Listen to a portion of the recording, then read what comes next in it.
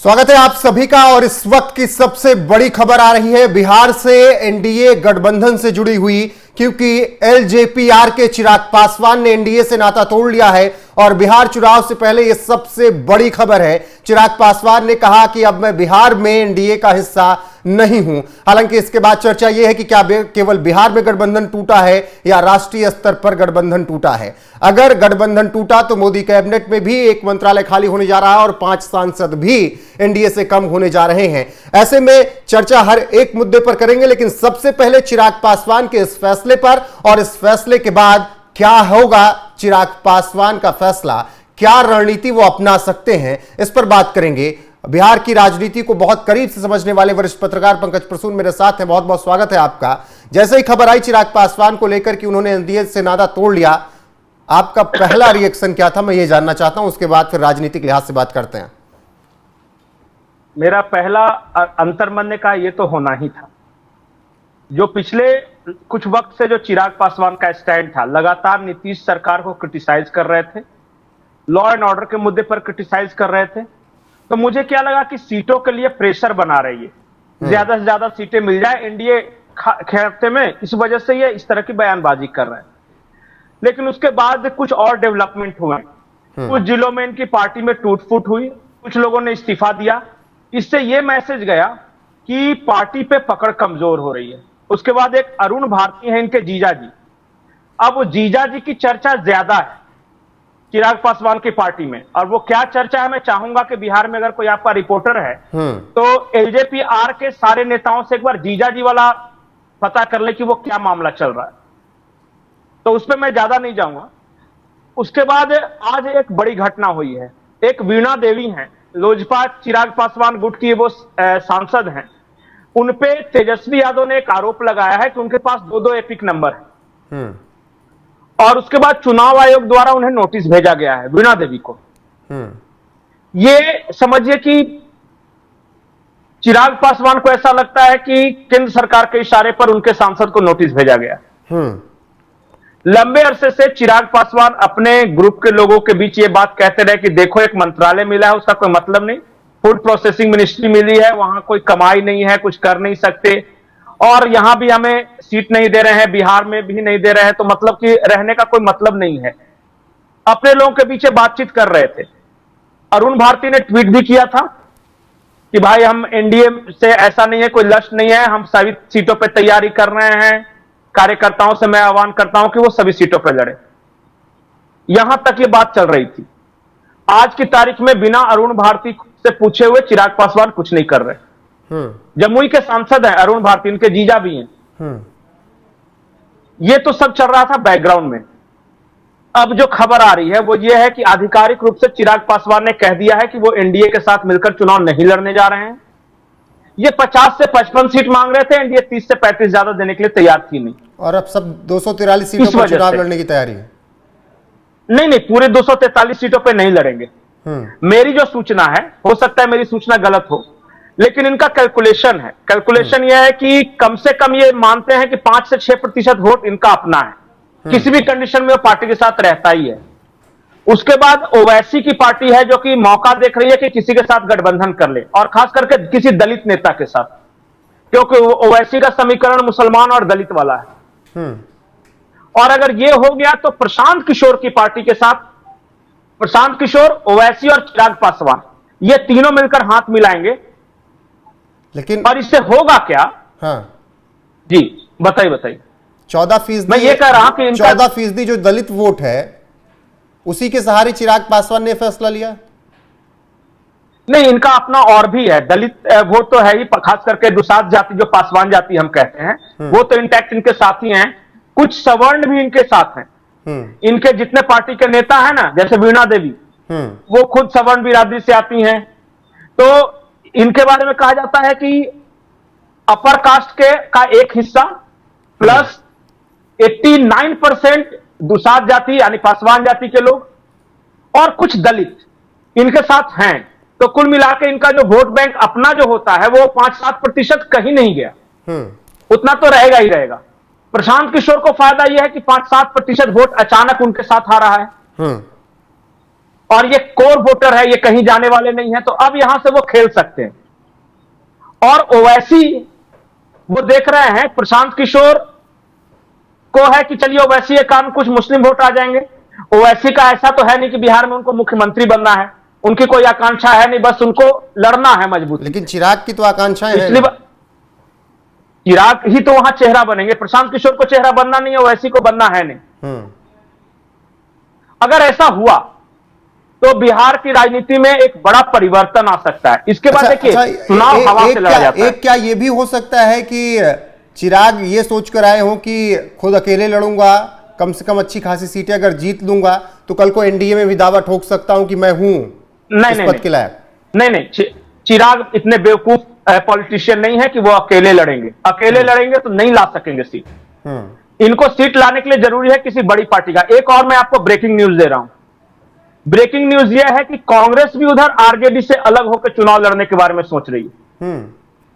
वहां भी सीटों को लेकर थोड़ा पेच है, 50 सीट के आसपास दे रहे हैं। अगर चिराग पासवान कांग्रेस को अप्रोच करते हैं, चिराग पासवान और ये प्रशांत किशोर, और अगर ओवैसी बाहर से भी समर्थन देते हैं तो ये एक ऐसा डेडली कॉम्बिनेशन होगा जो आरजेडी और बीजेपी दोनों को मैदान से बाहर कर सकता है। ठीक है, ये तो समीकरण चिराग पासवान के लिए है, लेकिन बीजेपी के लिए, जेडीयू के लिए कितना घाटा होगा चिराग का जाना? नहीं, मैं जैसे ये खबर आई मैंने बीजेपी के नेता से फोन से बात की खुद से। उनका अब भी उनको भरोसा है कि देखो चिराग पासवान जो है वो सीट के लिए दबाव बना रहे हैं, वो कहीं जाने वाने वाला है। मेरा अगला सवाल था, ये दबाव के लिए राजनीति तो नहीं हो रही है? हाँ, उन्होंने ही बताया कि ये 50-55 सीट मांग रहा है कि जितना कांग्रेस जितने सीटों पर लड़ेगी ना महागठबंधन में, उतनी सीटों पर चिराग पासवान यहां लड़ना चाहते हैं। तो इस बात के लिए वो दबाव बना रहे थे। बीजेपी ज्यादा 30 से 32-35 मतलब कि इतना उनको मिल सकता है, लेकिन वो कह रहे हैं 50-55, ये गैप बहुत बड़ा है। और नीतीश कुमार भी चाह रहे हैं इस बार कि कम से कम बीजेपी के बराबर तो जरूर लड़ूं, एक आध सीट ज्यादा मिल जाए तो ठीक है। तो ये चल रहा है एनडीए में अभी। बिल्कुल, लेकिन पंकज जी चिराग की नाराजगी ज्यादा जेडीयू से, नीतीश कुमार से दिखी है, और आज भी जब वो बयान दे रहे हैं तो कह रहे हैं कि मैं बिहार में एनडीए का सहयोगी नहीं हूं। ये जो दाव पेच वाला बिहार ऐड कर दिया, क्या बिहार में ही केवल नहीं है और केंद्र में रहेंगे और राज्य में रहेंगे? वो चालाकी कर रहे हैं। पिछली बार भी मोदी के हनुमान कह के जेडीयू के खिलाफ लड़ गए, जेडीयू को डैमेज कर दिया। हर बार वो चीज सक्सेस होगा या नहीं होगा, लेकिन हां वो एक गुड टर्म्स रखना चाहते हैं केंद्र के साथ। और क्योंकि ताकि वापसी का रास्ता एक बना रहे, कल को जाके कुछ इफ बट हुआ, मान लिया कि प्रशांत किशोर और ओवैसी के साथ मोदी सरकार के तीसरे कार्यकाल पर नहीं बनेगा, इसलिए शायद सरकार भी या मोदी शाह भी इतनी नाराजगी न जताएं। नहीं, वो क्या करेंगे ना कि किसी भी मेन मुद्दे पर समर्थन दे देंगे। वहां वोटिंग अगर होगी ना संसद में तो मोदी सरकार के साथ रहेंगे, लेकिन बिहार में कहें कि हम अलग हैं। समर्थन तो दे सकते हैं ना, नवीन बाबू समर्थन दे सकते हैं, तो चिराग पासवान भी दे सकते हैं, तो वही स्टैंड रहेगा। टकराव नहीं मोल लेंगे ताकि भविष्य में वापसी का रास्ता रहे। अगर मान लिया एक उदाहरण कि चलिए चिराग पासवान अलग हो गए एनडीए से, लेकिन प्रशांत किशोर या ओवैसी ने इन्हें भाव नहीं दिया, तब क्या होगा? तो पिछली बार की तरह ये अकेले लड़ेंगे और अंत में वापस एनडीए में आना चाहेंगे। देखिए अंत में तो चिराग पासवान को मुख्यमंत्री बनना है। बिल्कुल, इनको बनना है मुख्यमंत्री, और इनको पता है किसी बड़ी पार्टी के सहारे के बिना ये मुख्यमंत्री बन नहीं सकते। तो इनकी पूरी कोशिश है कि इनको चेहरे के रूप में प्रोजेक्ट करें। जैसे नीतीश को अगर बीजेपी चेहरे के रूप में प्रोजेक्ट कर सकती है, तो ये कह रहे हैं कि चिराग पासवान को क्यों नहीं। तो यहां पे ये सारा मामला फंस रहा है। कैबिनेट जा रही है, फिर मतलब इस्तीफा हो रहा है? कोई फर्क नहीं पड़ता, कौन सा फूड प्रोसेसिंग मिनिस्टर बन के ये जग जीत लेंगे, है ना? 5 सांसद जाने मैंने से तो पहले ही कहा, कोई असर तो नहीं पड़ेगा। अरे जा नहीं रहे भाई साहब, जब भी वोटिंग की नौबत आएगी तो ये एनडीए की तरफ ही वोट कर देंगे इनके 5 सांसद। लेकिन विपक्ष को तो मौका मिलेगा ना, जो कह रहे हैं कि 220 में बहुत जल्दी आने वाले हैं ये लोग 225 पर। अब ये तो भाई देखिए, अभी तो बहुत तरह की खबरें आ रही है। उधर जगनमोहन रेड्डी कह रहे हैं चंद्रबाबू नायडू समर्थन वापस ले लेंगे। इसलिए मैं कह रहा हूं कि एक एस्ट्रोलॉजर प्रशांत किशोर और भी बहुत सारे लोग कह रहे हैं कि बस मोदी सरकार खतरे में आने वाली। मुझे नहीं पता खतरे में आएगी या नहीं आएगी, लेकिन जिस तरह जगन रेड्डी का बयान आया और चिराग पासवान अलग हो रहे हैं, अब देखिए क्या होता है। अब बिहार में फिर बीजेपी मैं क्या कुछ नहीं कहूंगा। क्या रणनीति होगी? क्योंकि इस वोट बैंक को बीजेपी के संभालना पास होगा ना, अगर- जो डैमेज करेंगे अगर चिराग पासवान। पिछली बार भी चिराग पासवान अलग लड़े थे, पिछली बार भी डरे, तो क्या एनडीए की लेकिन अब सरकार नहीं प्रशांत बनी? किशोर भी है ना पंकज जी। तो प्रशांत किशोर को कौन सा वोट मिल रहा है? जो एनडीए को नहीं मिलना था वही वोट मिल रहा है ना। पिछली बार जो वोट चिराग पासवान की तरफ गया था, एनडीए वाला वोट, उसी वोट में से प्रशांत किशोर को ही मिलेगा, चिराग पासवान को ही मिलेगा, पुष्पम प्रिया को भी कुछ मिल जाएगा। तो बहुत सारे लोग हैं अब, है ना। ये देख रहे हैं कि अब लड़ने दीजिए सबको, पहला मोर्चा, दूसरा मोर्चा, तीसरा मोर्चा, चौथा मोर्चा। बीजेपी कैडर बेस्ड पार्टी है। देखिए, बीजेपी के पास हमेशा से कोई चेहरा नहीं रहा, ऐसा नहीं कि आज कोई चेहरा नहीं बनाना नहीं लेकिन चाहा इसके ना। बावजूद नहीं, बीजेपी जब अलग से भी लड़ी, मान लिया कि नीतीश कुमार अलग हो गए थे, नीतीश और लालू एक साथ लड़ रहे थे, तब भी बीजेपी को 70 से ऊपर सीट आई थी कि नहीं आई? सवाल तो पंकज जी यही होता है केंद्रीय नेतृत्व से कि आप बिहार में इतने सालों में एक चेहरा नहीं तय कर पाए। रही अगर पिछले कुछ वक्त में देखें तो सुशील कुमार मोदी, उसके अलावा आप कोई चेहरा ही नहीं बना पाए। आज भी यही बात हो रही कि अगर एनडीए की सरकार अब की आई तो केंद्र से ही आप फिर भेजने वाले हैं वहां के लिए मुख्यमंत्री। अच्छा, एक बात बताइए, बीजेपी ने किस राज्य में चेहरा बनाया? 2014 से पहले यूपी में कौन चेहरा था? या असम के चुनाव से पहले क्या हेमंत बिश्व शर्मा चेहरा थे? नहीं। लेकिन ये भी देखिए ना कि 8-10 राज्यों में, 15 राज्यों में 2-4 चेहरे ही हैं जो लोकप्रिय हो पाए। भजन लाल शर्मा क्या कर रहे हैं, रेखा गुप्ता क्या कर रही है, सबको पता है। नहीं, ठीक है ना, लेकिन कोई भी चुनाव ऐसा बताइए जो चेहरे के साथ लड़ा हो। कोई भी चुनाव, मतलब चेहरा मोदी ही एक रहेगा। विधानसभा का आप नाम, अरे ये बीजेपी ऐसे ही लड़ती है चुनाव भाई। योगी जी को बनाया गया, चलो मनोज सिन्हा का नाम आ रहा था, उनको नहीं हो गया, योगी जी को बनाया गया, पॉपुलर हो गया। मोहन यादव को बनाया गया, हेमंत विश्व शर्मा को चुनाव के बाद बनाया गया चेहरा, मोहन मांझी चुनाव के बाद चेहरे रहे। कौन सा ऐसा राज्य है जहां चुनाव के पहले ये चेहरा लेके उतरे हैं? तो बिहार में नहीं उतरेंगे तो कौन सा आप पर टूट पड़ेगा? बंगाल में भी चेहरा नहीं, बिहार में भी चेहरा नहीं, दिल्ली में चेहरा था क्या? लेकिन है कि नहीं? कुल मिलाकर तो ये तो बेकार की बात है कि कोई चेहरा नहीं है, चेहरा नहीं है, चेहरा नहीं बनाना ही। कुल मिलाकर पंकज जी, अगर इस पूरी चर्चा पर या पूरे चिराग के फैसले पर नजर दौड़ाएं तो सबसे पहले दबाव की एक राजनीति हो सकती है, दूसरी ये हो सकती है कि वो चुनाव के बाद फिर आ जाए अगर अच्छा प्रदर्शन हो जाए, और केवल अभी वो बिहार में बाहर रहने की बात कर रहे हैं। राष्ट्रीय स्तर पर उनके मन से, जुबान से बात नहीं निकली। उन्होंने कहा कि बिहार कोड किया, मैं बिहार में एनडीए का हिस्सा नहीं हूं।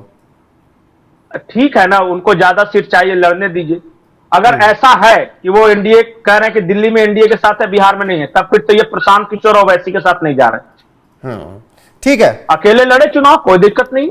ठीक है, बाकी जो अपडेट आएगी आप तक जरूर पहुंचाएंगे। इस वक्त की सबसे बड़ी खबर यही है कि एनडीए में टूट है, और एनडीए में टूट हुई है। 5 सांसद एनडीए के अब कम नजर आएंगे अगर ये राष्ट्रीय स्तर पर गठबंधन टूटता है तो, क्योंकि चिराग पासवान ने कह दिया है कि बिहार में मैं एनडीए का हिस्सा नहीं हूं। 243 सीटों पर चुनाव लड़ने की तैयारी है। बाकी दबाव की राजनीति है या कुछ और प्लानिंग है, जो अपडेट आएगी आप तक जरूर पहुंचाएंगे। अभी के लिए बस इतना ही। बने रहिए हमारे साथ, लगातार देश और दुनिया की हर एक अपडेट आपको यहां पर मिलती रहेगी। नमस्कार।